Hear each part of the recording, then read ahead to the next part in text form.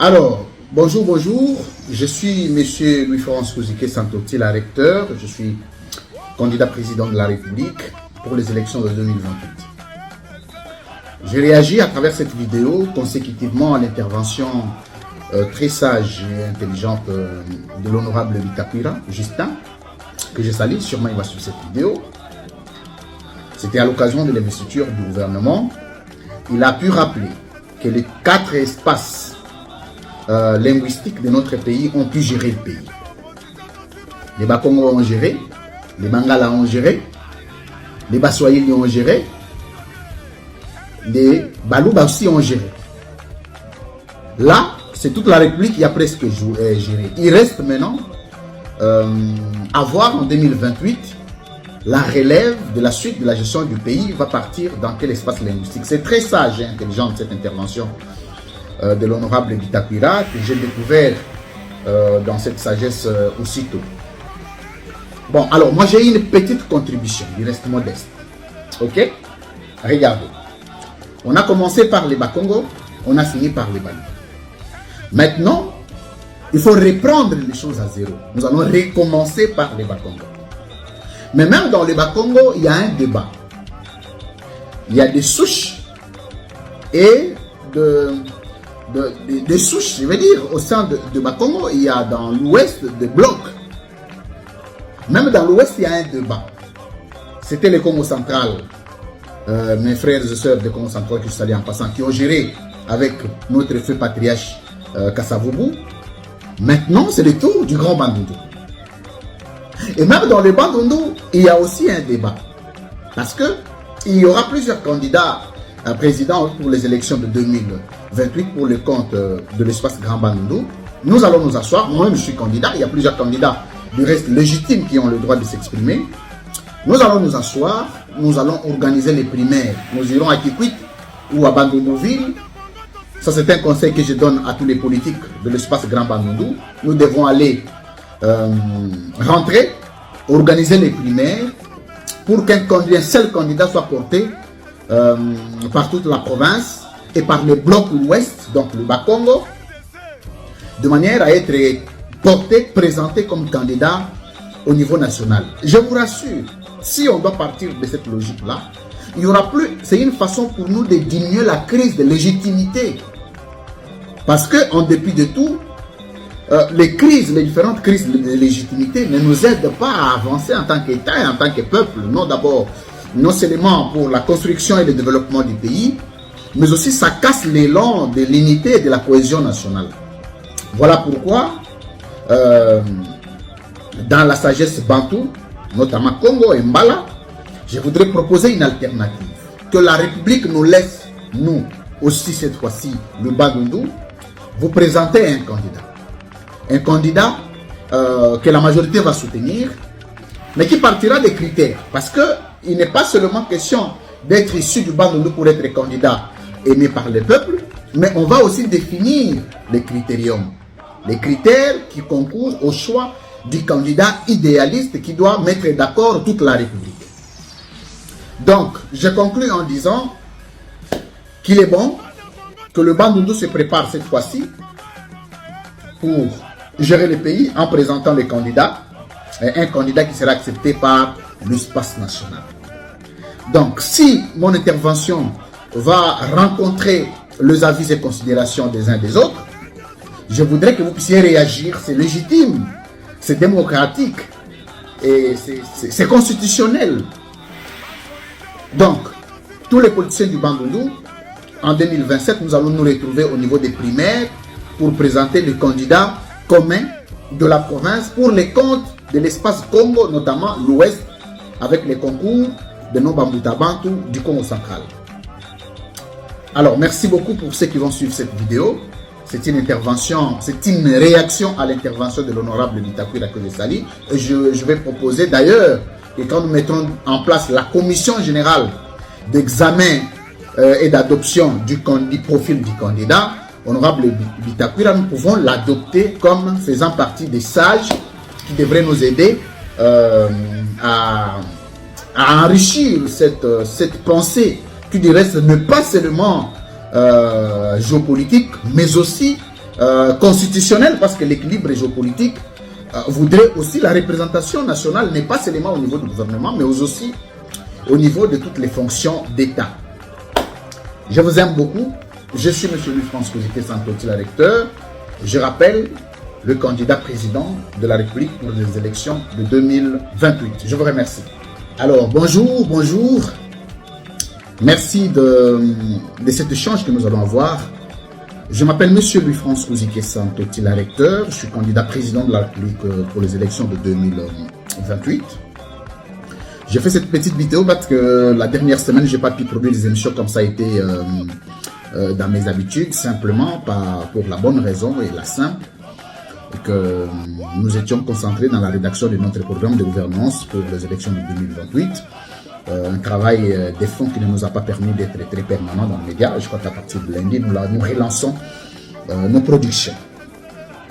Je reviens à passer cette petite vidéo à tous les aigris de la plus récente publication du gouvernement, notamment ou particulièrement à tous les politiciens du Bandundu, de l'espace Grand Bandundu.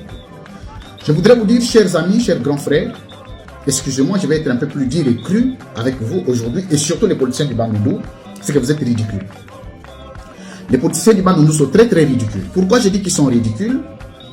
Parce que en 5 ans, nous l'avions dit et nous avions interpellé que le président Tshisekedi n'est pas arrivé à l'espace Grand Bandundu pendant son premier mandat.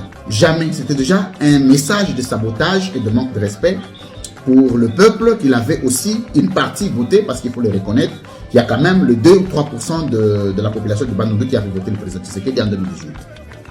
Il n'y est jamais allé. Alors, ça n'a jamais été objet d'étude pour les politiciens du Bandundu. Or, c'est un signal fort. Curieusement, pendant la campagne à la fin du mandat, le président débarque et il est accueilli par la population mobilisée par le même politicien du Bandundu, tout en étant conscient que le président Tshisekedi n'est jamais arrivé dans l'espace Grand Bandundu en 5 ans. Déjà, le premier ridicule et le manque de respect vis-à-vis de notre peuple, de notre province. Qu'est-ce qui s'est passé encore? Ils accueillent, sachant qu'à la mise en place du gouvernement, tout le monde va se retrouver. Et je vais vous faire une petite révélation que ici, après la publication du gouvernement, tous les politiciens du Bandundu sont frustrés. Surtout ceux qui sont à l'Union Sacrée, particulièrement, sont très frustrés. Pourquoi ils sont frustrés? Ils sont frustrés parce qu'ils croyaient qu'ils allaient devenir ministres. Messieurs et dames, vous êtes ridicules, excusez-moi. Je vous avais dit que, excusez-moi, cher grand frère, j'ai beaucoup de respect pour vous, mais je vais être direct avec vous parce qu'il s'agit de notre peuple. Je vous avais dit que Félix Tshisekedi n'a rien à foutre de vous pour le second mandat. Je l'ai dit aussi à l'intention de tous ceux qui attendaient des ministères, président des partis machin, autorité morale des partis machin, des regroupements machin. Monsieur, le premier mandat, Tshisekedi pouvait être tolérant avec vous parce qu'il savait qu'il devrait négocier le second mandat. Mais le second mandat, il n'a de respect ni considération pour personne. Il se fout de tout le monde.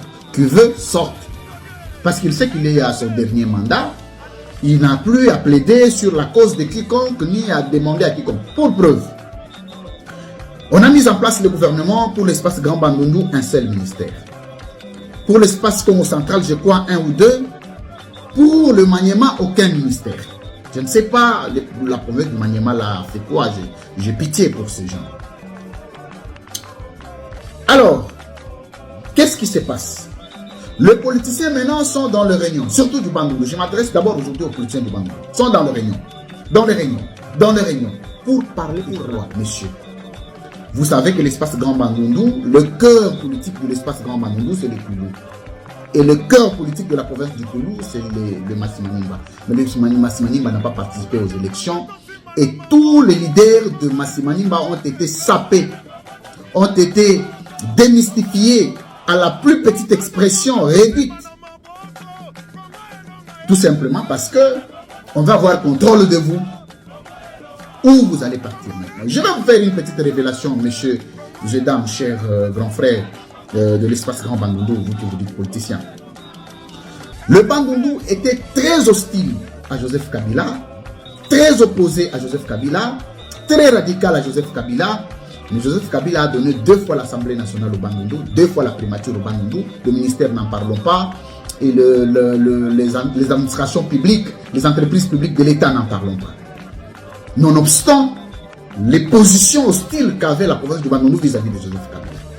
Aujourd'hui, il y a quand même rebuffement, il y a quand même revirement, il y a quand même une dynamique, je vais dire, une redéfinition des positionnements politiques qui a été, un repositionnement politique qui a été revu au point de constater qu'il y a une grande frange de la population ou des leaders du Bandundu qui ont quand même soutenu ou qui soutiennent le président Tshisekedi. Mais vous n'avez rien eu. Ça peut vous interpeller. J'ai encore beaucoup de respect pour les politiciens du Bandundu qui sont restés avec Joseph Kabila ou qui restent avec Martin Fayoulou. Il faut, vous savez, la province de Moulé-les-Pierres, la province d'Antoine Gizenga Fondje. Ça, c'est une province historique dans l'histoire politique de notre pays. Mais vous avez démystifié à cause de votre gourmandise et intempérance politique. Croyant tout avoir, vous n'avez rien eu, malheureusement. Et je me sens, je veux dire, choqué à votre place. Très choqué. Maintenant, vous ne vous retrouvez pas, vous voulez organiser des réunions ici, des réunions là pour faire quoi? Si vous avez vraiment le minimum de personnalité, de charisme politique, de caractère politique, quittez l'union sacrée. Si vous êtes des hommes, je vous défie. C'est lui qui se sent un homme frustré et qui pense que les choses ne se sont pas faites correctement. Il faut quitter, démissionner de l'union sacrée. Je croirai en vous. Mais dès lors que vous continuerez à être là avec vos comportements d'aigris et de mécontentement, vous êtes des lâches. Et je respecte encore Martin Fayoulou. Je respecte encore les politiciens du Bandundu qui sont restés avec Joseph Kabila. Fayoulou, quoi qu'on dise, quoi qu'on raconte, il faut respecter cet homme. Il faut respecter Martin Fayoulou. Il faut le respecter. Cet homme-là, j'ai beaucoup de respect pour lui. Sûrement, les gens ne réalisent pas ce qu'il est à ce jour parce que, peut l'insulter qui veut. Mais si pour croire que vous êtes vraiment plus que des gens comme des Fayoulou, comme nous autres, tentez de faire l'opposition pendant 5 ans seulement. Vous comprendrez ce que ça fait. Vous comprendrez. Là, vous ne comprenez pas encore. Non. Il faut qu'il y ait dans cette province des gens comme du de lui. France ça comme des Martin Fayoulou, des gens qui sont restés loyaux à Joseph Kabila. Je les respecte. Je crois que je vais lister les jours à venir. Je vais rendre public des gens qui obtiennent encore un minimum, qui méritent encore un minimum de respect pour notre population. Bientôt là, on va faire des descentes en province pour essayer de dire à notre peuple qu'il y a des gens qui ne méritent aucun respect à leurs yeux et il faut arrêter. Il faut arrêter.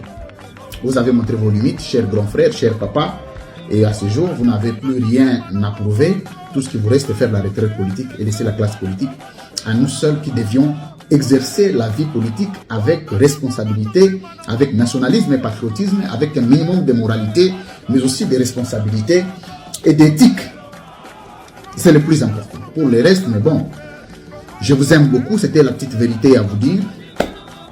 Une vérité qui ne vous fera pas mal, mais qui va vous aider à vous vêtir d'un minimum d'éthique pour faire la politique. Mais sinon, là, vous êtes ridicule aux yeux de tous les politiciens congolais. Allez, je vous aime beaucoup, je vous salue d'où vous allez sur cette vidéo. Je réitère ma candidature pour le message de candidature pour 2028, à partir du moment où le président Tshisekedi est à la fin de son mandat. Nous tous, nous allons concourir pour tous ceux qui ont des ambitions. C'est ainsi que le pays doit disposer de moyens de laisser chaque Congolais exprimer ses ambitions et son peuple de juger. À très bientôt. Au revoir. Je rappelle la forme républicaine de l'État, le principe du suffrage universel, la forme représentative du gouvernement, le nombre et la durée de mandat du président de la République, l'indépendance du pouvoir judiciaire, le pluralisme politique et syndical ne peuvent faire objet d'aucune révision constitutionnelle. Je prends le deuxième alinéa. Ici, la Constitution a énuméré les matières et les dispositions qui ne peuvent faire objet d'aucune révision constitutionnelle. Mais laisse la possibilité au Parlement de réviser d'autres dispositions, mais sous certaines conditions. Très bien. Donc ici, sous l'œil juridique, je voulais vous rappeler que la révision ne se fait pas comme on veut. On ne peut pas se réveiller à la 10e rue un matin, après avoir mangé 4 et 5 crânes du chien, décider de la révision constitutionnelle comme on veut. Non. Certaines matières qui sont exclues, exemptées de la révision constitutionnelle ici évoquée à l'article 220, Mais pour les restes de dispositions non évoquées par l'article 220 alinéa 1er, sont aussi passibles à certaines conditionnalités juridico-constitutionnelles. 3 principes majeurs font partie des obligations constitutionnelles pour toute révision. 1. L'urgence. 2. Il faut qu'il y ait la nécessité. Il faut que ça soit nécessaire. Et la nécessité, vous ne la trouvez que dans la Constitution elle-même. La nécessité ne peut pas être l'humeur politique. Vous savez aujourd'hui, au regard de la Constitution brandie par l'UDPS, on pense que c'est la volonté du président peut primer ou de la majorité peut primer. Non. Il s'agit de règles conventionnelles et constitutionnelles qui font partie des obligations de révision ou non de la Constitution. J'ai parlé de l'urgence, de la nécessité et de la priorité. 3 principes. Quelle est l'urgence de la révision constitutionnelle à ce jour? Aucune. L'urgence, c'est que M. Tshisekedi pensait que le premier mandat ne terminera pas. Le premier mandat est terminé. Assoiffé, il va avoir le second mandat. Il l'a obtenu, coûte que coûte. Il s'est dit, je ne sais pas suffisant, il faut le 3e. Mais pourtant, les mécanismes constitutionnels ont donné l'ensemble des possibilités pour obtenir le 3e mandat. Il faut un forcing. Forcing, c'est la révision constitutionnelle. Quelle est la nécessité? La nécessité et la priorité sont de matières que la Constitution elle-même a évoquées explicitement. C'est comme ça que s'il y avait quelqu'un qui avait la volonté de réviser la Constitution, c'était le créateur de la Constitution lui-même, Kabila. Il faut savoir que la Constitution que l'IDPS est en train de brandir aujourd'hui, c'est le fruit d'un Rwandais. Clamé pendant 18 ans. Il ne faut pas oublier que la Constitution a été révisée en 2011. En ce moment, l'IDPS n'était pas au Parlement. Donc l'IDPS n'est pas qualifié à mener le débat sur la constitutionnalité des actes et de lois et des actes ayant force de loi, ni de l'interprétation constitutionnelle, parce que quand on était en train d'adopter la Constitution, ils appelaient l'initiateur de la Constitution rwandais, et ils n'étaient même pas au Parlement. Le même genre, le même groupuscule d'individus s'érige en sous-État aujourd'hui pour faire une récupération d'un raccourci juridique. Je voudrais d'abord rentrer du côté de la régie, prendre le résultat de la dernière enquête. Nous sommes à Massamouna, dans le Kwilu. Si les fonctions d'État ont permis à certains politiques de développer leur coin, d'autres en ont abusé. Braqué dans le territoire de Massimanimba au Kwilu, le radar de Samuel 13 Télévision a répertorié une bicoque sans toilette, propriété de Moussa Kalema, plusieurs fois député national, vice-ministre du Travail, PCA à l'OCC. Au lieu de s'arrêter là, c'est lui qui s'est fait passer pour leader de Massimanimba a mis en place une cabane qu'il confond à la chaîne de radio, comme vous pouvez bien voir à travers ces images.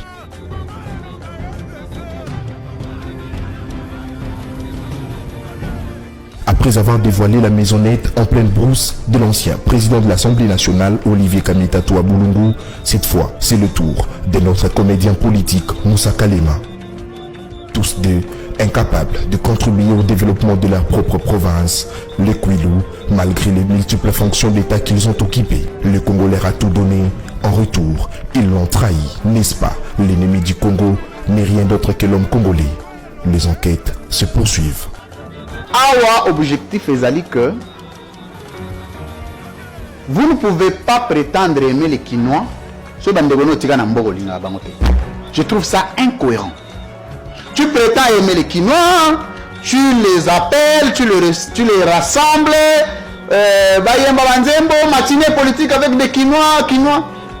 Mais si vous avez une carte d'identité, province d'origine, Kassai, Bandundu ou Kwilu, machin, village nayo ezali, et quand on rentre dans ton propre village où tu es né, même Ndakwakola là-haut, mais non. À la limite, c'est une façon de comprendre le niveau de la démagogie. politicien nyonso azana ndako kolala na mboka na bango te, il sera présenté ici comme le premier démagogue, surtout dans la période de campagne et que petite campagne. Tu n'as, ça dit que j'accepte encore la maison soit modeste, mais soit quand même une maison présentable digne, il y a statut na yo asumaki. Bon mona banda Adolphe Muzitu, bon mona ndako Obeni. Parce que les belé, on ne sait pas limiter là, on te dit qu'à Massamona na entrée. Boza Massi, Boza Gikwit, Boza Goum. Bon mona bakambo. Ça signifie que les politiciens sont méchants. Batika batukuna na ba province banzela ils a bien été, il peut même pas mettre un pont. C'est vrai l'état est défaillant, mais vous avez été premier ministre, au lieu de mbongo banda kosoba ba immeuble inachevé à Bisasa Mobimba, construire un pont en province. Ce qui est limité pauvreté dans la province, ba te belé ba ça la exode awate.